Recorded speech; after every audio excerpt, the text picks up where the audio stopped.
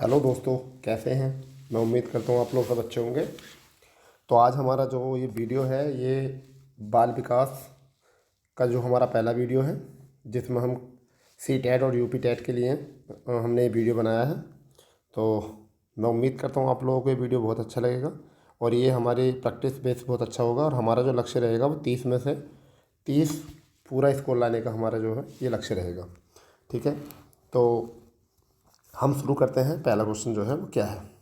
तो पहला क्वेश्चन हमारा ये है कि जब बच्चा फेल होता है तो इसका तात्पर्य है कि, मतलब जब बच्चा फेल होता है तो इसका तात्पर्य है कि इसका तात्पर्य क्या होता है। तो पहला ऑप्शन है बच्चों ने उत्तरों को सही तरीके से याद नहीं किया, तो बिल्कुल गलत हो जाएगा यहाँ से। बच्चों को प्राइवेट ट्यूशन लेनी चाहिए थी, ये भी गलत हो जाएगा। फिर यह है व्यवस्था फेल हुई है। फिर है आपका पढ़ाई, मतलब बच्चा पढ़ाई के लिए योग्य नहीं था। तो देखिए यहाँ तीनों गलत हैं, इसमें चौथा जो हो सकता है वो तीसरा कौन सा हो जाएगा कि व्यवस्था फेल हुई है। क्योंकि ऐसा होता है यदि छात्र किसी प्रकार से मानसिक रूप से पीड़ित नहीं है, तो ऐसे में सामान्य छात्र यदि परीक्षा में फेल हो जाता है तो उसका तात्पर्य यही होता है कि शिक्षा व्यवस्था जो है वो फेल हुई है। तो इससे हम यहाँ से क्वेश्चन बना सकते हैं कि पहला क्वेश्चन का जो आंसर है वो क्या हुआ, हमारा व्यवस्था फेल हुई है। ठीक है, दूसरे क्वेश्चन की तरफ चलते हैं। दूसरा क्वेश्चन क्या है, शिक्षण से अधिगम पर बल देने वाला परिवर्तन हो सकता है। यानी कि शिक्षण से अधिगम पर बल देने वाला परिवर्तन हो सकता है। तो पहला आपका क्वेश्चन है कि बाल केंद्रित शिक्षा पद्धति। दूसरा हो सकता है रटने के प्रोत्साहित करने के लिए। तीसरा है अग्र शिक्षण की तकनीक अपनाकर। फिर चौथा है परीक्षा परिणामों पर केंद्रित होकर। तो यहाँ से अगर हम बात करेंगे तो पहला ऑप्शन सही हो जाएगा, बाल केंद्रित शिक्षा पद्धति अपनाकर। यानी कि ऐसा होता है कि बालक को केंद्र में रखकर शिक्षण पद्धति को परिवर्तित किया जा सकता है। तो यहाँ से एक क्वेश्चन इसका सही आंसर ये हो जाएगा। तीसरे क्वेश्चन की तरफ चलते हैं। यह है कि बीजों का अंकुरण संकल्पना के शिक्षण की सबसे प्रभावी पद्धति है। तो पहला ऑप्शन है विद्यार्थी द्वारा पौधों के बीज बोना और उनके अंकुरण के चरणों का अवलोकन करना। दूसरा हो जाएगा आपका श्याम पट्ट पर चित्र बनाना और वर्णन करना। तीसरा है बीज की वृद्धि में चित्र दिखाना और चौथा है विस्तृत व्याख्या करना। तो अगर हम यहाँ तीसरे क्वेश्चन को देखें तो इसका करेक्ट आंसर हो जाएगा ए हो जाएगा कि विद्यार्थी द्वारा पौधों के बीज बोना और उनके अंकुरण के चरणों का अवलोकन करना। चौथा क्वेश्चन देखते हैं, समावेशी शिक्षा क्या है। ये मोस्ट है, इसे हम मोस्ट कह सकते हैं। क्या कह सकते हैं, इसे मोस्ट क्वेश्चन कह सकते हैं कि सी टेट वाले जो होते हैं या यूपी टेट वाले जो होते हैं कैंडिडेट, ऐसे क्वेश्चन को जो है ज़्यादा अच्छा करते हैं और एग्जाम में ज़्यादा इस क्वेश्चन को दे देते हैं। तो अगर हम यहाँ बात करें क्या होता है समावेशी शिक्षा, तो समावेशी शिक्षा होती है कक्षा में विविधता का उत्सव मानती है। यानी समावेशी शिक्षा कक्षा में विविधता का उत्सव मनाती है।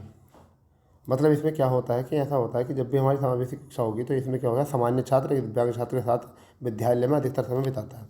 तो ऐसे को हम कहते हैं समावेशी, यानी सबके लिए जो शिक्षा होती है वो। पहले समावेशी शिक्षा की परिकल्पना सिर्फ विशेष छात्रों के लिए की जाती थी, लेकिन अब जो है आधुनिक काल में जो है क्या कर दिया गया, हर शिक्षक को इस सिद्धांत पर विस्तृत दृष्टिकोण रखा गया कि समावेशी शिक्षा होनी चाहिए सभी के लिए बराबर। ठीक है, पाँचवा क्वेश्चन क्या है हमारा, किस प्रकार के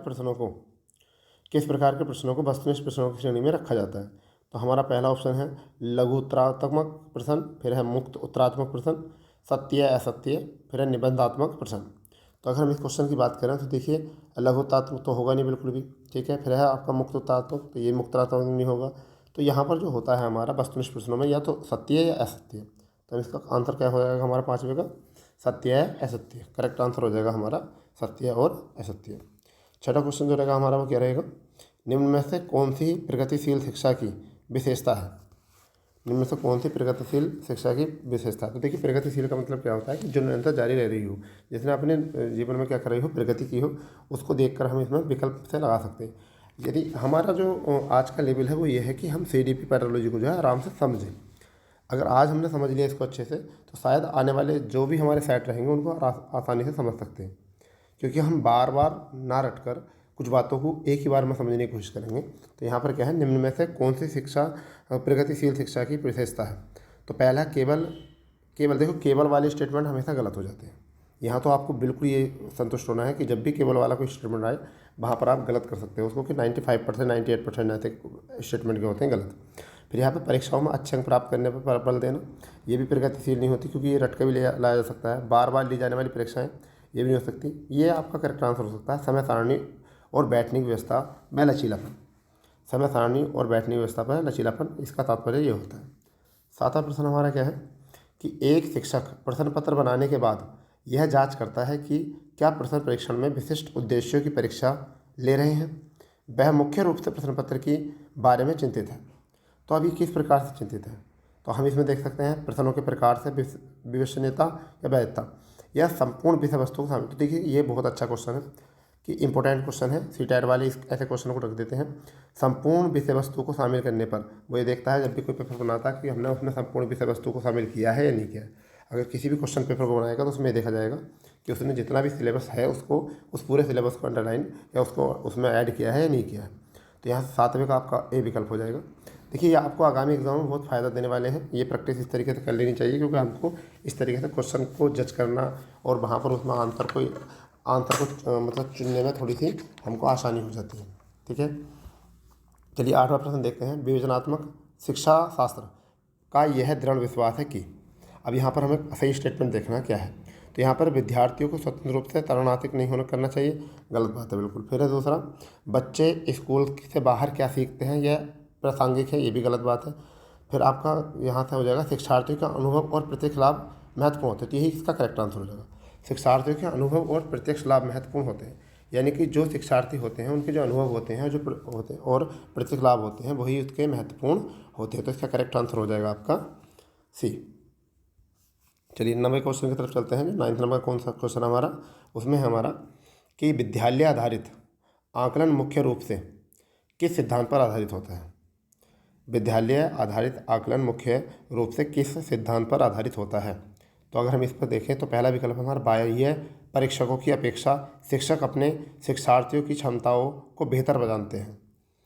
फिर दूसरा हो जाएगा कि पहला ये हो गया हमारा, दूसरा हो गया किसी भी कीमत पर विद्यार्थियों को अच्छे ग्रेड मिलने चाहिए। फिर विद्यालय बाह्य परीक्षा निकाय की अपेक्षा ज़्यादा सक्षम होते हैं। फिर चौथा आकलन बहुत किफ़ायती मित्र। तो देखिए यहाँ पर 3 जो हैं आपके तीनों गलत है। हमारा जो करेक्ट आंसर हो जाएगा वो हो जाएगा ए, कि बाह्य परीक्षकों की अपेक्षा शिक्षक अपने शिक्षार्थियों की क्षमताओं को बेहतर जानते हैं। ठीक है, 10वें क्वेश्चन की तरफ चलें तो क्या है, शिक्षार्थी व्यक्तित्व भिन्नता प्रदर्शित करते हैं, अतः शिक्षक को आगे भी बताना है कि क्या होगा, अतः शिक्षक को सीखने की विधि अनुभव को उपलब्ध कराना। तो पहले इसका करेक्ट आंसर हो जाएगा। शिक्षक क्या होता है कि शिक्षक को क्या है, सीखने की विधि अनुभव और उपलब्ध करानी चाहिए। ठीक है, नेक्स्ट 11वां, निम्न में से कौन सा विकास का सिद्धांत है, यानी किससे हमारा विकास डेवलपमेंट हो सकता है, उसके बारे में हम थोड़ा बात कर रहे हैं। तो यहाँ पर आपका हो जाएगा सभी की विकास दर समान नहीं होती। तो ये बिल्कुल सही बात है, क्योंकि कुछ ऐसे होते हैं कि जिनमें विकास जो की दर जो होती है वो निम्न होती है, और किसी में ऐसा होता है कि जिसमें विकास की दर जो होती है वो उच्च होती है। तो इसका करेक्ट आंसर जो हो जाएगा हमारा वो हो जाएगा ए विकल्प। ठीक है, तो नेक्स्ट में देखते हैं आगे क्या है। नेक्स्ट में है कि मानव विकास को क्षेत्रों में विभाजित किया जाता है जो है। अब मानव विकास कौन कौन से हैं ये हमको पता होना चाहिए। अब मानव विकास क्या होते हैं, हमारे शारीरिक होते हैं, संज्ञानात्मक होते हैं, संवेगात्मक होते हैं और सामाजिक होते हैं। तो अगर हम इसकी बात करें तो ये हमारा पहले ए विकल्प में मिल रहा है, शारीरिक होते हैं। ठीक है, मानव विकास के लिए हमें किस चीज़ की शारीरिक विकास होता है, संज्ञानात्मक विकास होता है, संवेगात्मक विकास होता है और सामाजिक विकास होता है, यानी कि हम समाज में किस तरीके से आगे डेवलप करते हैं, संवेगात्मक कैसे डेवलप करते हैं, संज्ञानात्मक कैसे डेवलप करते हैं और शारीरिक हम डेवलप कैसे करते हैं। ठीक है, तो इसका करेक्ट आंसर हो जाएगा आपका ए। ठीक है, 13वां क्वेश्चन है, ये इंपॉर्टेंट क्वेश्चन है, इसे हम मोस्ट कह सकते हैं, बहुत ही मोस्ट क्वेश्चन है, ये आ जाता है। ठीक है, देखेंगे इसमें एक शिक्षिका पाठ्य पुस्तक और फल सब्जियों के कुछ चित्रों का प्रयोग करती है और अपने विद्यार्थियों से चर्चा करती हैं। विद्यार्थी इस जानकारी को अपने पूर्व ज्ञान से जोड़ते हैं और पोषण की संकल्पना को सिखाते हैं। यह उपागम का सिद्धांत है, यानी कौन सा ऐसा उपागम का सिद्धांत है जिससे यह आपको पता चलता है। तो यहाँ पर ज्ञान का निर्माण, यानी जब इस चीज़ को करेंगे तो किस चीज़ का होगा, ज्ञान का निर्माण, यानी कि नॉलेज क्या होगी, नॉलेज बनेगी, यहाँ से नॉलेज डेवलप होगी और नॉलेज का निर्माण होगा, नॉलेज फाउंडेड की जाएगी यहाँ से। ठीक है, तो यहाँ पर क्या है आपका, एक शिक्षक पाठ्य पुस्तक और सब्जियों के कुछ चित्र बनाकर उसको क्या करना करता है, ज्ञान का अर्जन बताता है। ठीक है, तो इसका करेक्ट आंसर क्या हो जाएगा आपका बी। और चौथा क्वेश्चन देखेंगे, जब बच्चे की दादी उसे उसकी माँ की गोद से लेती है तो बच्चा रोने लगता है, बच्चे के डैश के कारण रोता है, यानी कि वो किस कारण रोता है। तो अगर हम इसको देखें तो यहाँ पर क्या होता है इसका संवेगात्मक दुश्चिंता, यानी बच्चों को क्या होने लगती है संवेगात्मक दुश्चिंता, क्योंकि उसको अपनी मम्मी की आदत होती है और उसकी माँ की गोद की आदत होती है। मगर जब ऐसा होता है कि वो दूसरी गोद में जाता है तो उसका संवेग जो होता है वो भिन्न हो जाता है। तो इसमें क्या होता है आपका संवेगात्मक दुश्चिंता होने लगती है उसको। तो 14वां क्वेश्चन मोस्ट है, इंपॉर्टेंट है, ऐसे क्वेश्चन बहुत ज़्यादा आते हैं आपकी परीक्षा में। ठीक है, नेक्स्ट है शिक्षा के संदर्भ में सामाजिकरण से तात्पर्य है। शिक्षा के संबंध में सामाजिकरण से तात्पर्य है, तो इसमें हम कर सकते हैं पहला विकल्प अपने सामाजिक मानदंड बनाना, दूसरा है समाज में बड़ों का सम्मान करना, तीसरा है सामाजिक वातावरण के में अनुकूल और समायोजन करना, फिर है सामाजिक मापदंडों का सदैव अनुपालन करना। तो आप ये देखिए कि क्वेश्चन में ही उसका आंसर होता है और आप क्वेश्चन को एक आध दो बार पढ़ें। क्या है शिक्षा के संदर्भ में सामाजिकरण का तात्पर्य, सामाजिकरण क्या होता है, यानी जिसमें सामाजिक वातावरण भी हो, में अनुकूल और समायोजन भी हो। तो ये आपका इस तरीके से कौन सा विकल्प कौन सा हुआ, सी। ठीक है, 15 का कौन सा आंसर आ जाएगा, आपका सी हो जाएगा। नेक्स्ट है 16वां क्वेश्चन, राज्य स्तर की एक एकल गायन प्रतियोगिता के लिए विद्यार्थियों को तैयार करते समय एक विद्यालय लड़कियों को वरीयता देता है, ये दर्शाता है। तो ये किससे दर्शाता है, तो ये क्वेश्चन आपको बहुत अच्छे से आता होगा शायद, मैं मानता हूँ कि इससे अच्छा क्वेश्चन तो कोई होगा नहीं। लैंगिक पूर्वाग्रह को समझाता है, यानी कि जब महिलाओं को मतलब लड़कियों को जब वरीयता दे रहे हैं तो किसको, लैंगिक पूर्वाग्रह कर रहे हैं सॉरी सॉरी लैंगिक पूर्वाग्रह कर रहे हैं। तो इससे ये क्वेश्चन, ऐसे क्वेश्चन बहुत आते हैं परीक्षा में। ठीक है, नेक्स्ट देखते हैं वाइगोत्स्की बच्चों के सीखने में निम्न में से किस कारक की महत्वपूर्ण भूमिका पर बल देते हैं। तो वाइगोत्स्की का नियम है, बहुत इंपॉर्टेंट है, बहुत ज़्यादा स्टोरी है।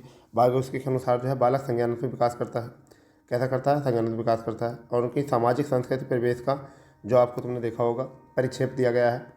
ठीक है, बालक के समाजीकरण जिस के बारे में बताया गया है, भाव विचार दृष्टिकोण इसके बारे में बताया गया है। तो हम इसमें जो करेंगे वो करेक्ट आंसर क्या हो जाएगा हमारे से, सामाजिक। क्या हो जाएगा हमारा, सामाजिक संस्कृति परिवेश। तो इसका करेक्ट आंसर क्या हो गया हमारा, सामाजिक।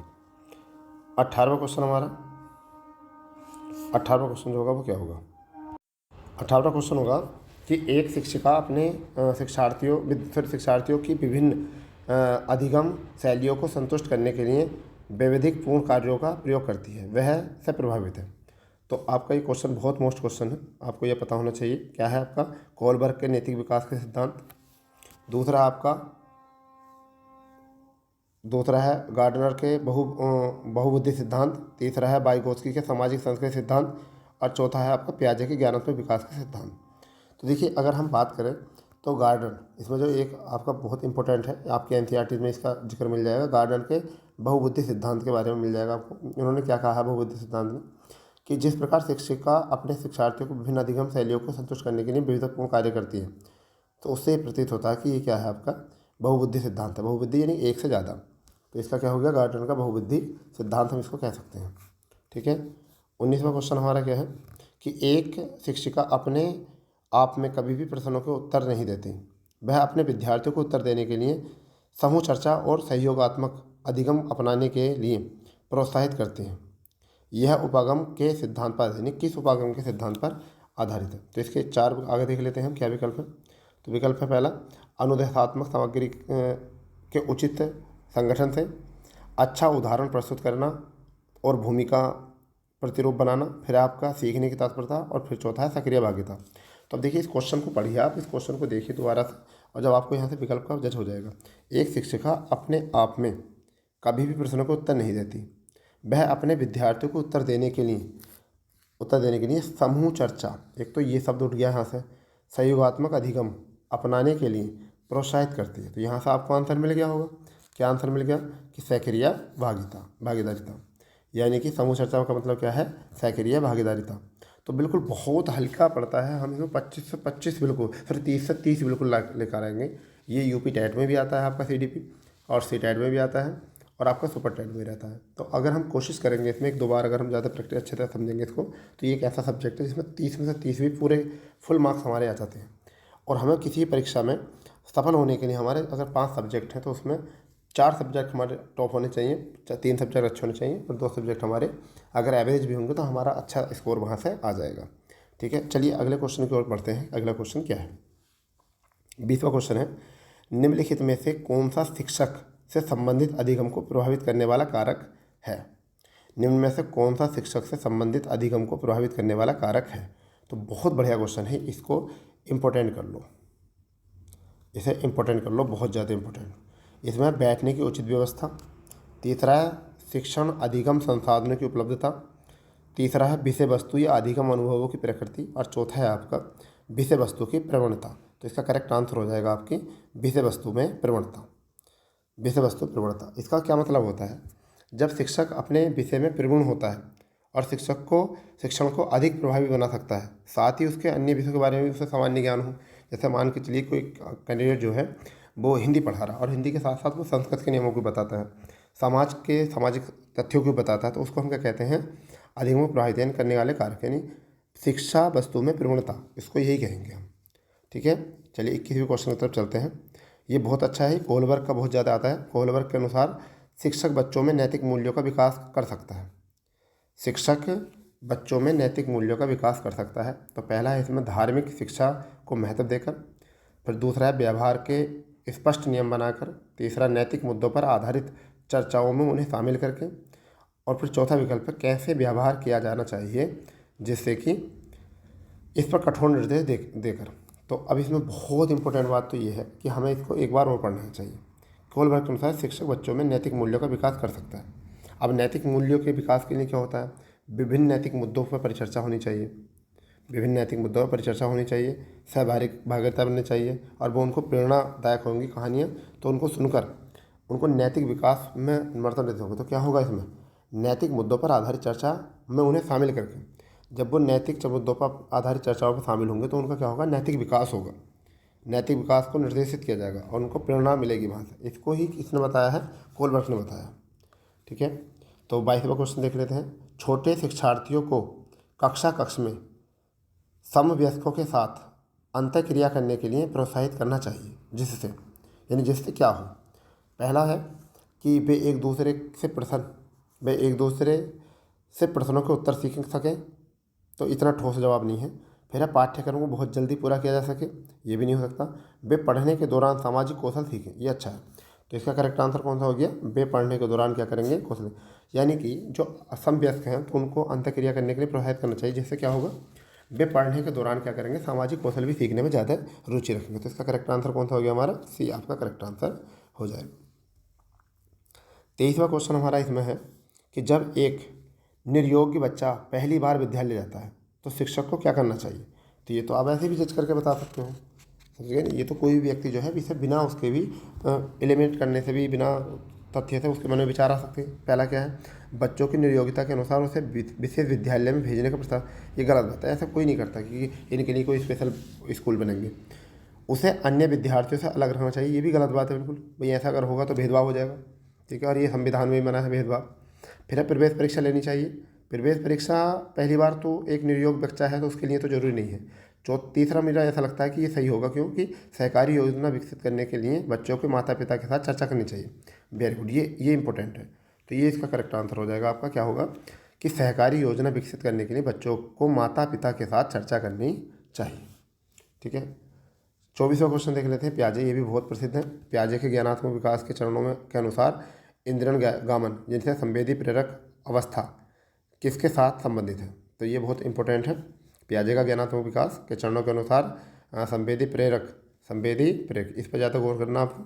अवस्था किसके साथ संबंधित है? तो पहला आपका अनुकरण, स्मृति और मानसिक निरूपण।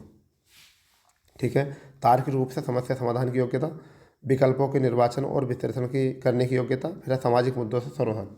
तो मुझे ऐसा लगता है कि आप लोगों को इसके बारे में पता चल गया होगा कि इसमें जब प्याजे ने जो कहा था वो क्या कहा था कि 2 वर्ष तक माना गया था इनका विस्तार, जो अवस्था का माना गया था 2 वर्ष। इस अवस्था में बालक क्या कर सकता है? व्यवहार, भाषा आदि का अनुकरण करता है। उसकी दूरी, ऊंचाई, गहराई, समय एवं दिशा का भी ज्ञान होता है, और शायद 12 से 18 माह की अवस्था तक वह नवीन वस्तुओं को समझने का प्रयास करने लगता है। तो ऐसी चीज़ को हम क्या कहते हैं? इसे कहते हैं अनुकरण करना, यानी देख कर सीखना।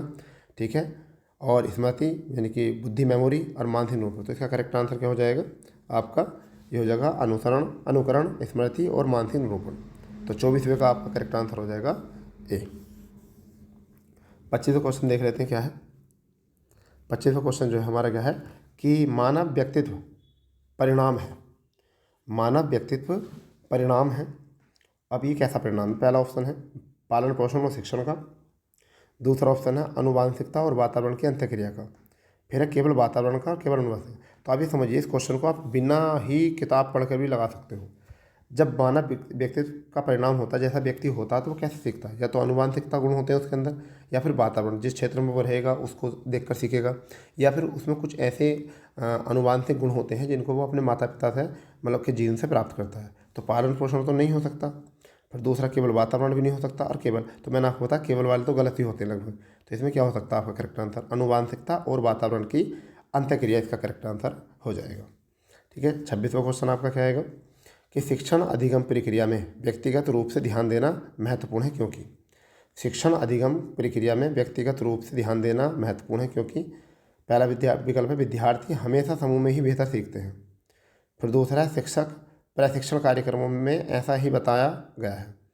तीसरा, इससे प्रत्येक विद्यार्थी को अनुशासित करने के लिए शिक्षकों को बेहतर अवसर मिलते हैं। और चौथा, बच्चों की विकास दर भिन्न होती है और वे भिन्न तरीक़ों से सीखते हैं। तो इसका करेक्ट आंसर जो होगा वो आपका हो जाएगा ये डी, यानी बच्चों की विकास दर भिन्न होती है और वे भिन्न तरीक़ों से सीखते हैं। ठीक है, जैसे जैसे सबकी अलग अलग विकास दर होती है और अलग अलग तरीक़ों से सीखने के। तो करेक्ट आंसर इसका आपका हो जाएगा डी। ठीक है, 27वां क्वेश्चन हमारा क्या है, निम्न में से कौन सी समस्या समाधान की वैज्ञानिक पद्धति का पहला चरण है? मोस्ट है, इंपॉर्टेंट कर लो बहुत ज़्यादा। क्या है कि निम्न में से कौन सी समस्या समाधान की वैज्ञानिक पद्धति का पहला चरण है? तो यहाँ पर अगर हम देखें, सूर्य प्राक्कलन के परीक्षण करना, समस्या के प्रति जागरूकता, प्रासंगिक जानकारी की एकत्र करना और कल्पना का निर्माण करना। तो यहाँ से इसका करेक्ट आंसर जो हो जाएगा वो हो जाएगा समस्या के प्रति जागरूकता। पहले हमें पता होना चाहिए हमारी समस्या का, फिर उसके प्रति हम जागरूक होंगे, जब भी हम इसको करेक्ट तरीके से देख सकते हैं। ठीक है, तो अब नेक्स्ट आपका जो है 28वां क्वेश्चन, निम्न में से कौन सा सीखने का क्षेत्र है? इनमें से कौन सा सीखने का क्षेत्र है? अनुभाविक, भावात्मक, आध्यात्मिक, व्यवहारिक। तो यहाँ पर देखिए क्या हो सकता है कि अनुभवी सीखने का क्षेत्र, अनुभाविक नहीं हो सकता, भावात्मक यानी जब तक फीलिंग नहीं होगी आदमी को सीखने की, जब तक वो काम नहीं कर सकता। भावात्मक का तात्पर्य जो होता है वो होता है मनोवृत्ति, यानी कि वस्तु के प्रति व्यक्ति का उत्पन्न सकारात्मक भाव। ठीक है, यानी कि सकारात्मक भाव को जो हम क्या कहते हैं, वो क्या कहते हैं, भावात्मक कहते हैं। यानी किसी वस्तु को अगर किसी काम को हम सीख रहे हैं, जब तक हमारे मन में सकारात्मक भाव नहीं होगा उसके प्रति, हम उसको सीख नहीं सकते। तो सीखने का क्षेत्र जो होगा वो इसके लिए इंपॉर्टेंट कौन सा हो जाएगा? भावात्मक क्षेत्र होगा। ठीक है, तो 29वां क्वेश्चन जो देखते हैं वो देखते क्या है कि जब बच्चा कार्य करते हुए ऊबने लगता है तो यह इस बात का संकेत है कि संभवतः कार्य यांत्रिक रूप से बार बार हो रहा है। ठीक, ये करेक्ट आंसर है। जब आप बार बार एक ही चैप्टर को पढ़ाओगे तो बच्चे ऊबने लगेंगे, बार बार एक ही काम को करवाओगे तो वो बच्चे ऊबने लगेंगे। तो इसका यही कार्य हो जाएगा, संभवतः कार्य यांत्रिक रूप से जो है बार बार हो रहा है, इससे जो है वो लोग ऊबने लगते हैं, बच्चे ऊबने लगते हैं, उनको बोरियत सी महसूस होने लगती है। तो इसका करेक्ट आंसर हो जाएगा आपका ए। ठीक है, 30वां क्वेश्चन देखते हैं, और जो आज का हमारे सेशन का अंतिम क्वेश्चन होगा। हम CDP की बार बार क्लास लेकर आएंगे, आपको बहुत सारी प्रैक्टिस करानी है जब तक हमारा एग्जाम होगा, क्योंकि ये होगा कि उससे आप लोगों को जो है जज करना, और बहुत सारे क्वेश्चन ऐसे होंगे जब आप थ्योरी पढ़ोगे तो आपको MCQs लगाने चाहिए, और इन MCQs लगाने से आपको क्वेश्चन का जज करना बहुत अच्छा हो जाएगा। तो दोस्तों, ये एक सब्जेक्ट ऐसा है जहाँ से आप पूरे पूरे नंबर ला सकते हो, और ये मेरा केवल इतनी एक छोटा सा प्रयास है जिससे कि आप लोगों को परीक्षा में थोड़ी हेल्प मिले, और हेल्प ये हो कि आप इसमें अच्छे से अच्छे नंबर करोगे, जिससे कि आपको सुपर टेट और आगामी जितने भी आपके टीचर संबंधित वाले एग्ज़ाम हैं उनमें आपको थोड़ी सी सहायता मिले। ठीक है, बार बार जितना भी थ्योरी पढ़ोगे उसके बाद में MCQs लगाना बहुत ज़रूरी होता है, क्योंकि जब तक थ्योरी हम पढ़ेंगे, हम जब कोई व्यक्ति कमाता है तो उसका जब भी पता चलता है कि उसने बचाया कितना, जब तक हम उसका हिसाब नहीं करेंगे। तो आप लोग जब तक इसको MCQs नहीं लगाओगे, देखो आप कितने सही कर पा रहे हो, अपने कॉपी पेंसिल लेकर बैठे करो, मेरे आंसर आप क्वेश्चन देखकर अपने आंसर टिक किया करो, फिर आंसर से मैच किया करो, फिर अनुमान लगाओ कि हम कितना सोच रहे हैं, क्या गलत है, तुम्हारी सोच में और एग्जामिनर की सोच में क्या अंतर है। ठीक है, उससे ये होगा कि हम मतलब कहाँ पर गलती कर रहे हैं, थ्योरी हमारी कहाँ गलत हो रही है, कहाँ हमने सोचने समझने की मतलब कुछ गलत तर्क निकाला है। तो देखिए अंतिम क्वेश्चन को देख लेते हैं। प्राय शिक्षार्थियों की त्रुटियाँ डैश की ओर संकेत करती हैं, यानी कोई भी शिक्षार्थी जो है त्रुटि करता है तो वो किस ओर संकेत करती हैं? वे कैसे सीखते हैं? फिर है यांत्रिक अभ्यास की आवश्यकता, सीखने की अनुपस्थिति, और शिक्षार्थियों के सामाजिक आधार, आर्थिक स्तर। ये 4 विकल्प आपके यहाँ से, और मेरे अकॉर्डिंग वे कैसे सीखते हैं, इसका विकल्प हो जाएगा पहला कि प्राय शिक्षकों की त्रुटियाँ कि वे कैसे सीखते हैं की ओर संकेत करता है, वे कैसे सीखते हैं की ओर संकेत करता है। तो दोस्तों, मेरा बस यही कहना है आपको, बार बार आप क्वेश्चन करें, एक दो बार वीडियो देखोगे तो आपको ये बातें याद हो जाएंगी। क्योंकि हम जब भी पहली बार किसी चीज़ को पढ़ते हैं या देखते हैं तो उसको हमें पहली बार में 20 या 30% हमको उसको समझ में आता है। तो अगर एक बार देखोगे तो कुछ बातें याद होंगी, फिर दूसरी बार अगर वीडियो को देखोगे तो कुछ और बातें याद होंगी। तो ज़्यादा से ज़्यादा बार बार अगर हम वीडियो को देखेंगे तो उसमें हमें क्या होगा कि बातें हमारे याद होनी शुरू हो जाएंगी, जिससे कि हम परीक्षा में उसको थोड़ा फ़ायदा मिल सकता है। तो दोस्तों, अगर आपको ये वीडियो अच्छा लगा हो तो आप कमेंट कर सकते हो, अपने दोस्तों को शेयर करो और सब्सक्राइब करना ना भूलें अपना चैनल। ठीक है, आप देख रहे हैं MS कंपटीशन पॉइंट। ठीक है, जय हिंद, जय भारत।